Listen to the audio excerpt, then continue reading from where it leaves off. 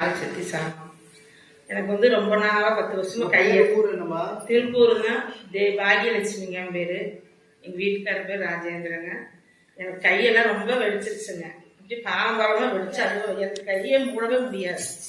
அப்படியே கை இப்படிதான் இருக்கு. கொஞ்சம் நேரம் தண்ணீர் விட்டோம்னா தான் கை இந்த மாதிரி நல்லா இதாக இருக்கும். அப்புறம் நான் அதுலேயே வேலைக்கு போயிட்டு இருந்தேங்க. வீட்டு வேலைக்கு தான் வரணும் திருப்பூரில். அங்கே போய் அவங்களும் கைக்கு ப்ளவுஸ் வாங்கி கொடுத்தா நான் வேலை செஞ்சுட்டு இருந்தேங்க. லீவெல்லாம் போகிறதே கிடையாது. அந்த கையில் வீட்லேயும் வேலை செஞ்சுட்டு வேலைக்கும் போயிட்டுருப்பேங்க. வேலைக்கு நான் 30 வருஷமாக போயிட்டுருக்கிறேங்க நான் திருப்பூரில். ஆனால் இங்கே வந்து எல்லாம் ஆஸ்பத்திரி எல்லாம் திருப்பூரில் தோல் டாக்டர் எல்லா பக்கம் போய் பார்த்துட்டு இங்கே கோயம்புத்தூர் பிஎஸ்சி வந்து எனக்கு நல்லா இங்கே வந்து தான் சரி வந்து பார்க்கலான்னு சாமிகிட்ட மருந்து வாங்கி சாமி நல்லா வேண்டி 18 வாரம் என்னை வந்து பூஜை பண்ண சொன்னாங்க. பஸ்ஸே என்னால் ஏற முடியாது. தம்பியை பிடிச்சி டிக்கெட் வாங்க முடியாதுங்க.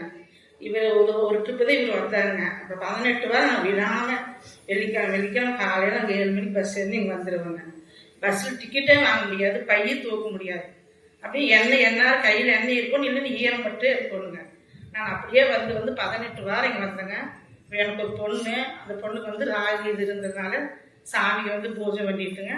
இப்போ நல்ல கல்யாணம் தாராபுரம் கொடுத்துருக்குறாங்க. பெங்களூர் குடியிருக்கிறாங்க. பேரன் பிறந்திருக்குங்க. எங்களுக்கு இங்கே வந்து தான் பொண்ணாச்சு.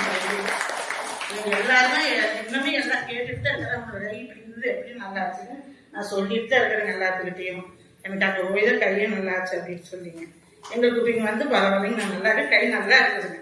இந்த மாதிரி இன்னுமே பாருங்க வேறெல்லாம் லைட் இதாக தான் இருக்கும். இப்படிதான் இந்த கையே இருக்குங்க. கையே விரிக்க முடியாது. இந்த ரேகையே வெடிச்சுக்குங்க.